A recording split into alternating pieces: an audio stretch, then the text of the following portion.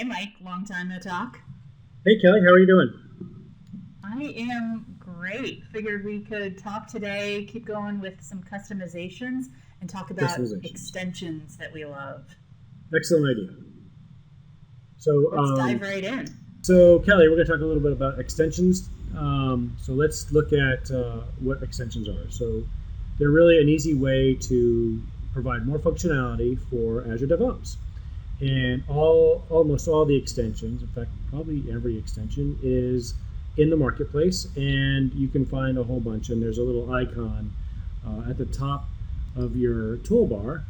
All the way down by your profile, it's a little shopping bag looking thing, and if you click on it, it takes you to Browse Extensions or Browse Marketplace, which has a whole bunch of extensions for every section of Azure DevOps. And even cooler, if you can't find one, you can write one and publish it privately. But let's take a look at some of my favorite and Kelly's favorite extensions. I'm going to start off with something that's very helpful for the development community, and that is the Code Search extension. Now, Code Search plugs right into Azure DevOps, written by Microsoft, and you would just use the search bar up at the top. So I will look for any code that is login, search for the code, and I have a lot of code that shows login. To enable this, however, once you do, by default, it will only search against your master or your default branch, whichever branch is considered your default. If you wanted to do other branches, you go into your repo and you have to manage the repo and go down into the searching. So let's go into the repo and parts unlimited and searchable branches, and then you click on the plus sign and add a branch that you want to search. I don't think I have any other branches in this repo, but if you did, you would hit plus and then you would make that also searchable. You can have up to 5 different searchable branches. That's one of my favorites. Cool. All right, if you have worked with me, then you know that I like to use tags, and tags can become kind of unmanageable. You misspell one, and then everyone uses that misspelled tag. You delete one, and it lingers out there forever. And there's not a real easy way of working with it except through the API, unless you have installed the Tags Manager extension. So it will put that under the boards here. See in this project we've got a couple of tags like added by Kelly, blocked, how to. Let's see, I really wanted a space in that how to, and I can just change it right here and it would change every tag that is applied to these cards. Makes this really easy to work with, especially once you get a large number of these. You also see that it's saying that there are 2 items added by Kelly, 1 item blocked, so it lets you see what the actual usage is on all of these. And you can also click this arrow and it will build a quick query for you and tell you what items are here. So that's really useful with something like blocked. Say I have 10 items blocked. I don't have to write a query for it. It will write that query for me. Makes things nice and easy. Okay, another extension that I like is the query-based board. And what that's going to do is going to create us a board that we can work off of based off of a query result. So we're going to look at our queries, and we have some already set up. We'll take a look at the user stories, and let's just look at how this query is. So we'll do a quick editor, look at the edit of this. So it's any product backlog item in any state. That gives us this list of 20 work items. If we just click on Show as Board, it'll just put everything into a board based off of their state. And you can drag these items around as well, just like you would a normal board. That is the query-based boards. All right, if you are working on planning with your team, then you need to coordinate everything together and have some common language, some common knowledge about what's happening. The team calendar can help you get there. So here we've got our Parts Unlimited team. It's color-coded automatically to show and visualize your different sprints. So you can see our current sprint here, sprint 4 is this kind of peachy color, sprint 5 is green, sprint 6 coming up in the future is purple. Gives you some good visualizations there. You can add items to the board. You've got our team day off on the 7th. So you can see the days off for the team members, everyone there. You can coordinate vacations. That was Labor Day. You've got our sprint planning coming up Thursday on the 17th. We can have some go live events. So as you're creating items, let's say I've got an item I want to create on the 3rd, I can say add an event.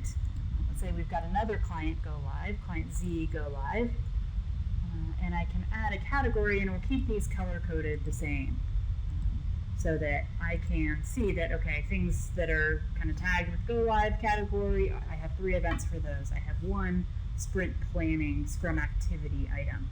Just helps visualize so that everyone knows when things are happening in the same place that they are working on these items. Okay.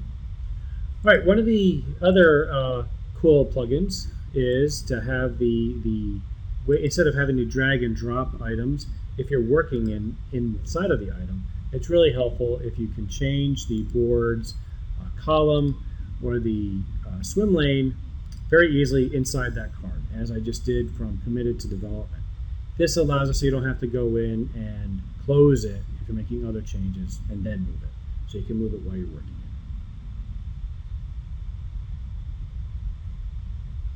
it. If you work in a Scrum-based environment, you're going to be doing retrospectives at the end of your sprints as you get ready for the next one, talking about what went well, what didn't go well.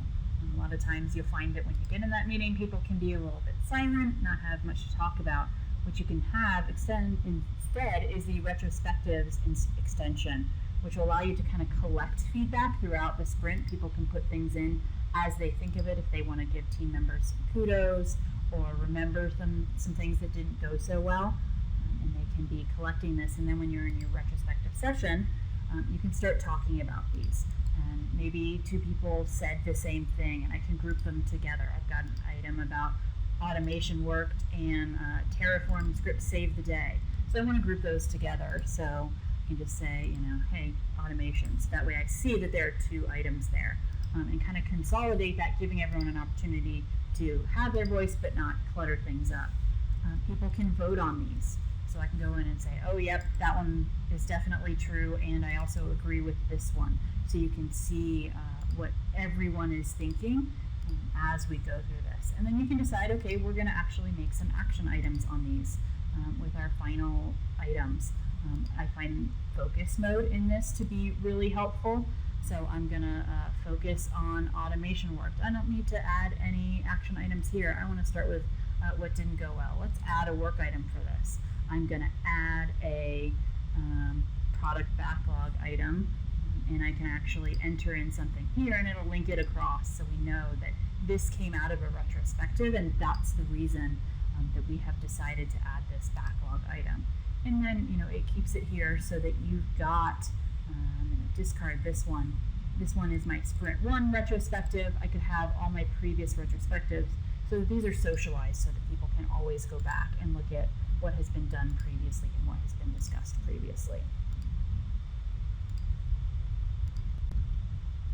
Sometimes if you have multiple projects inside of Azure DevOps, you want to be able to compare who's working on what and see if you can get those teams aligned to focus on what's needed. It's difficult sometimes to look at boards in 2 different teams or 2 different projects at the same time.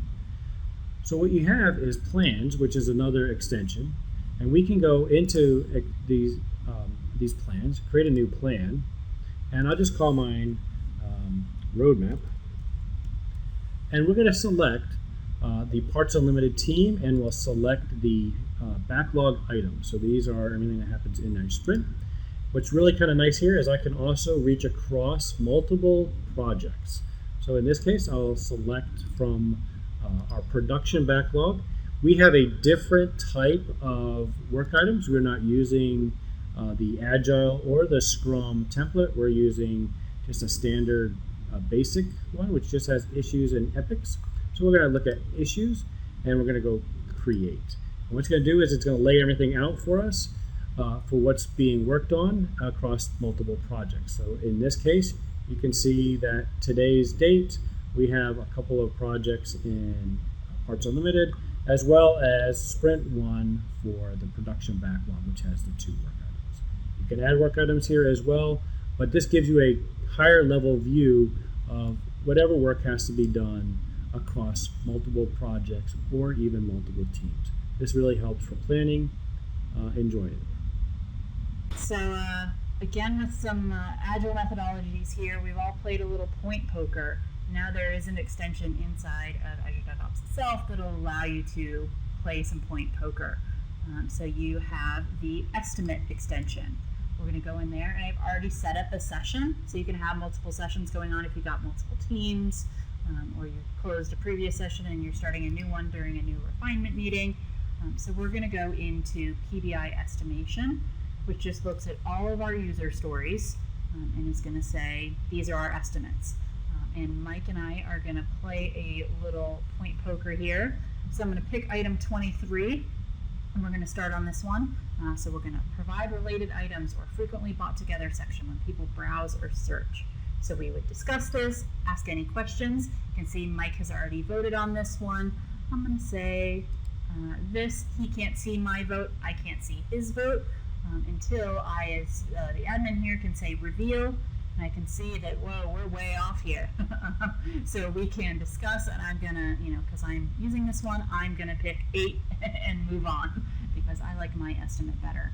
So this will walk you through a pointing poker session so that you can work through that, and it will edit your item directly. If you're using like Planet Poker or something like that, you'd have to have someone coming back in and editing your work items. Here it would, you can see it added 8 to that estimate, so it will edit them directly through this. I think this one's a lot of fun.